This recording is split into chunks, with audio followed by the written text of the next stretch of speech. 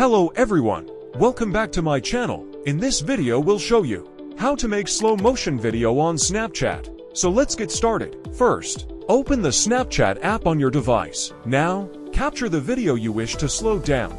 After you have captured the video, simply slide your finger across the screen to switch filters. Apply the filter with a snail icon on your video and you will see your video will now play back in slow motion.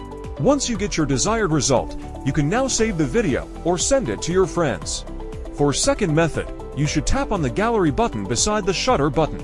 Here you'll find snaps recorded via Snapchat or videos recorded with your phone camera.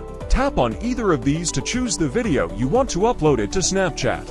Once the video's uploaded, tap on the three-dot icon in the upper right corner of the screen and find Edit Snap. When video's in full screen, start swiping from left to right to find the snail icon. This is the slow motion icon you'll use. Press send to share this new slowed down video with your friends or on Snapchat. So, that's all for today.